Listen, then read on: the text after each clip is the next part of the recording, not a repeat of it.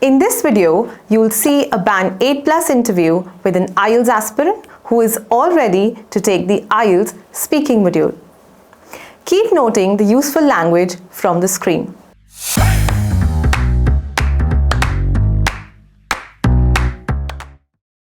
What is your full name? My name's Purti Chawla. You can call me Purti. Are you good at managing your time, Purti?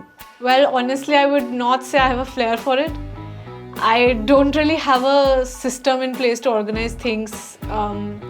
However, I know some people have an electronic organizer or use some device to plan what they're doing. Plus, these days I'm seeing so many people making to-do lists, which I think is a brilliant thing to follow each day. I hope I would also start the same this new year.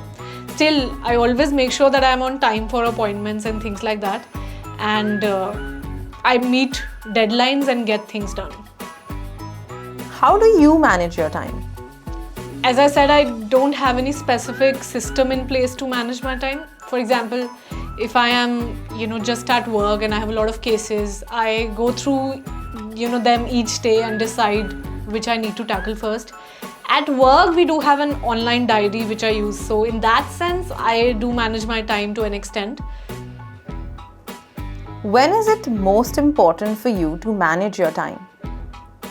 I think it is probably when you're at work. When out of work, it's not really going to affect things too much, or at least yourself if you're late to meet friends or for an appointment, or if you're getting things done in your house. However, it will cause problems if you don't manage your time effectively, because you could miss deadlines or miss appointments, and in some cases you could even lose your job.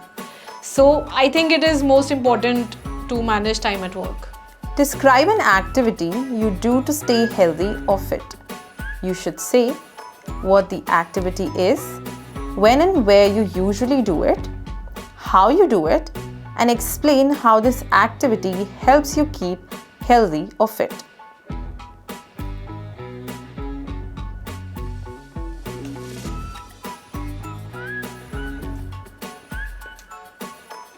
Well, I'd like to talk about a habit that I have developed lately.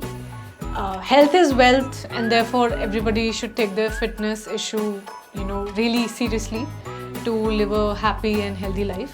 Needless to say, one of the best ways to remain fit and healthy, in my opinion, is to try some sort of physical activity. And that's what I'd like to mention, that I've been doing at least 4 to 5 days a week. This activity I try is known as jogging. But before coming into the habit of jogging, I used to run really fast, once in a while.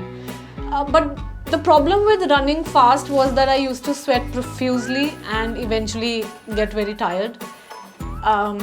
It was not much of a problem during the winter season, since I almost didn't sweat at all during that time. However, during the summer, it was quite the opposite. And in fact, because of excessive sweating at times, I had thought of stopping this very habit, especially when the weather is a bit too hot, until one of my good friends actually advised me to try jogging instead of running really fast. And needless to say, my friend's advice worked just fine for me as far as the issue of sweating was concerned. Now I enjoy jogging every other morning, and sometimes during the evening too at my society's garden. And at various times I also jog on pavements too, when the garden is a bit too crowded for my liking. By the way, when I jog, I do take some rest from time to time, so I don't get too tired before reaching home.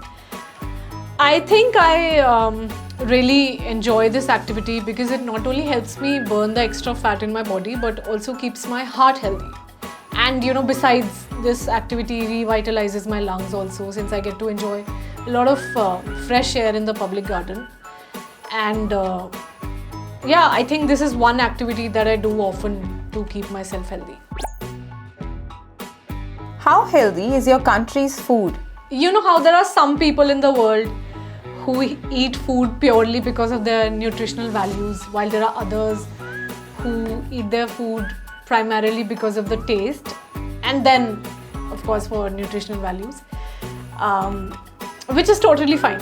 For better or worse, we fall into the category of food lovers, and I mean especially me, as I live in the capital of my country, Delhi. We eat food primarily because of its taste, but luckily not all foods that are up for grabs are unhealthy. How may eating habits change in the coming decades?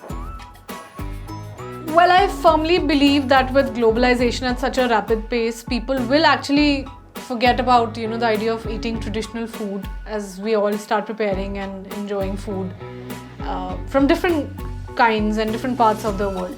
In fact, I wouldn't be surprised if we see that each and every country in the world is organizing some kind of international food festival or some cooking competition in the coming decades in order to, have their people to change food habits so that they don't have to rely on, one certain kind of food for survival. God forbid if there's a natural disaster or something. And I also wouldn't be surprised if most of the people in different parts of the world just stop cooking altogether and they move on or switch over to Swiggy and Zomato, and because they are making fast food available at a very affordable price and with different coupons actually up their sleeves. And at the same time, I also think if we see obesity becoming an epidemic problem or diseases all over the world, that also is a possibility. What aspect of a foreign tradition do you like about their eating habits? Why?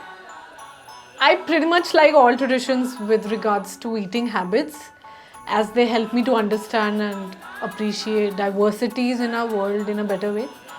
But there's definitely one tradition that I really like, which is the habit of eating fish by Japanese people. In fact, I think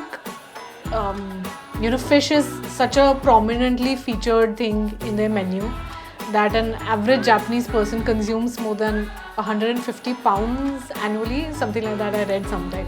So yeah. This was all about the speaking module. I'll come back with more interviews so you can see what you should do and what you should not. Stay tuned for more content and don't forget to like, share and subscribe. Hit the bell icon to make sure you are notified of the upcoming videos.